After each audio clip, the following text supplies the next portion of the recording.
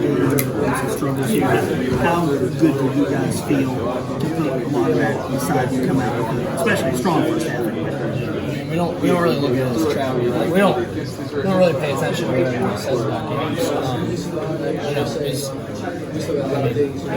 You never get too high, you never get too low with anything really.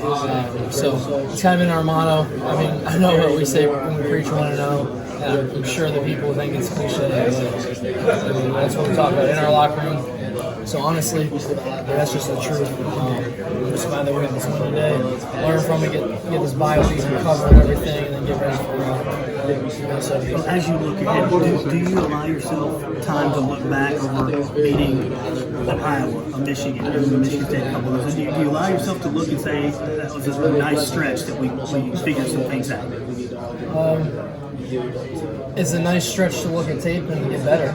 I mean, that's kind of my thought process. It's not as much.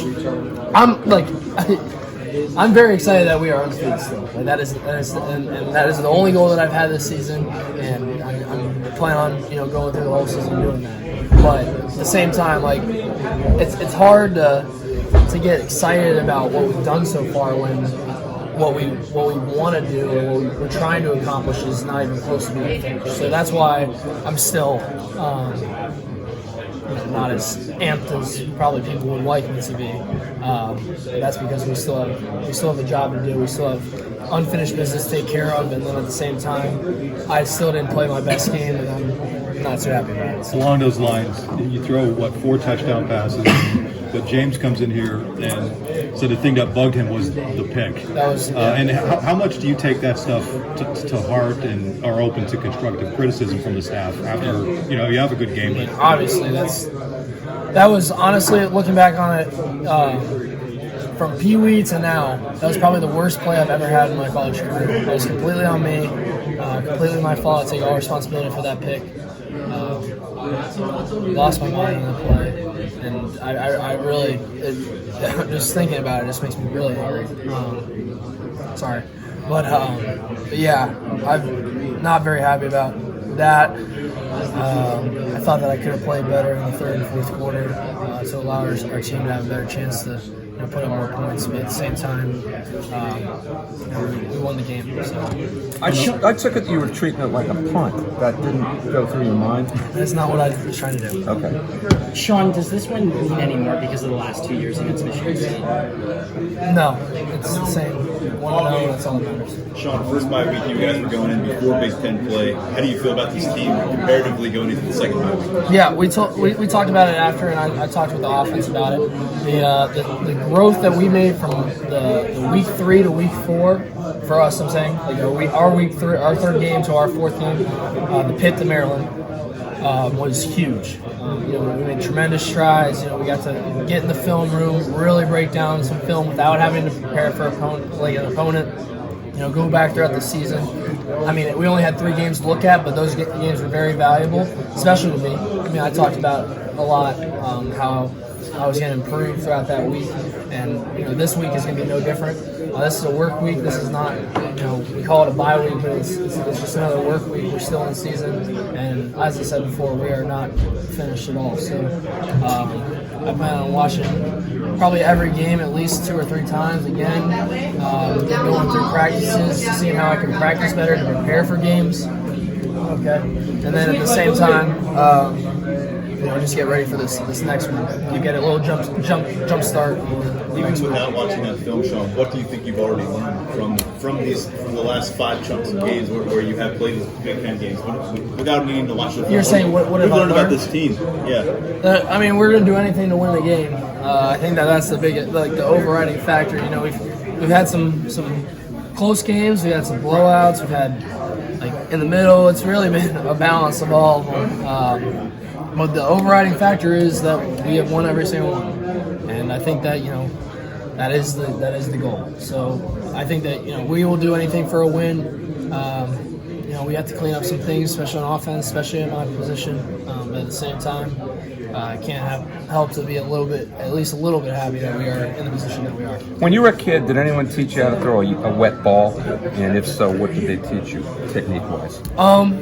No, you kind of just figure it out. I figured that you can't really grip it as hard. Like people really think that when it rains, that you should grip it harder, and that's not really the fact. Like that's not the fact. Like the truth. I think that you got to have still a loose grip. You just got to kind of treat it like it's not that wet, but at the same time, it's rain. You got to deal with it. You found Friarmuth for 3 touchdowns. Fix your hair. Who is the best cook in the house? Best cook in the house, me. See y'all later. That's my roommate. Sean, how would you evaluate Pat's game tonight, and did you overall just try and get the tight ends more involved? I mean, we had a plan. Pat was obviously involved in that, and did we know how much involvement he would have? No. I mean, we always try to get Pat the ball. We always try to get all of our guys the ball. Like, I mean, that's just we had our playmaking space. I've been saying this since the off season. But yeah, I mean, Pat played a great game. He did his responsibilities really well. And I mean, people see the 3 touchdowns, but at the same time, he was coming through, blocking, running guys off when he needed to. So he was playing really well all around. So kudos to him. He played a hell of a game. You guys turned 2 special teams turnovers into touchdowns pretty quickly. How important is that to capitalize that? And also on the first drive, you guys went for it at midfield on 4th down. To get that kind of confidence from the coaching staff, you can get it done. How much of a boost is that? Huge. Yeah, I mean, the coaching staff obviously has a lot of trust in our offense.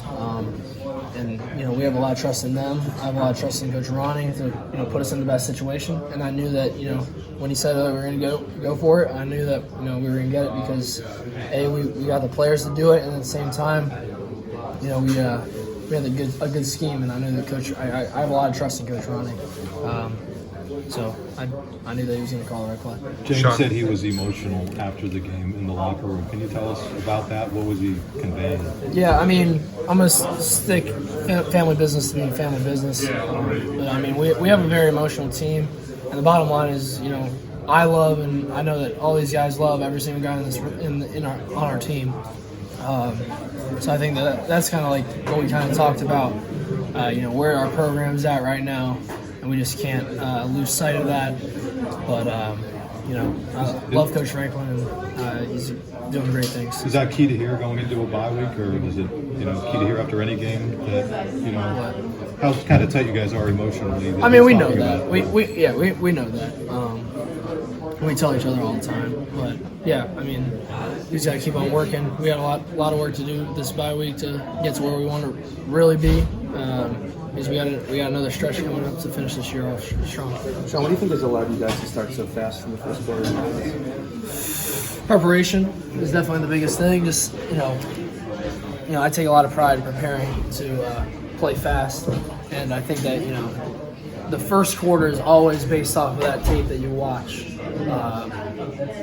early in the week, and how you scheme them up and everything. So I think that we've done a good job of jumping on teams, and at the same time, I think that it also is kind of how our team is. We show a lot of composure early. I think that I've settled in pretty well to just the feel of the atmosphere and everything. Michigan State's a great team. I give them a lot of respect because they have a great defense. They held us 28 points. So, yeah. Sean, after the Maryland game, you kind of talked about the fun you're having doing this and how important that is to you. I'm wondering where you stand with that now, and maybe how you felt after some of the games, the whiteout game against good teams. Yeah, I think that the fun, the fun is of course A, playing football because I love doing that. But B, the more I reflect back on the fun that I'm having is because this team is so close, and because this team is behind each other 100%. So. It's easy to have fun when you do it with your best friends, your brothers, and a lot of people say that, and a lot of teams, I hear it across the country, like family and everything like that. But this program and this university and this team specifically is as family oriented as I've ever seen, and I'm just really happy to be a part of it. So.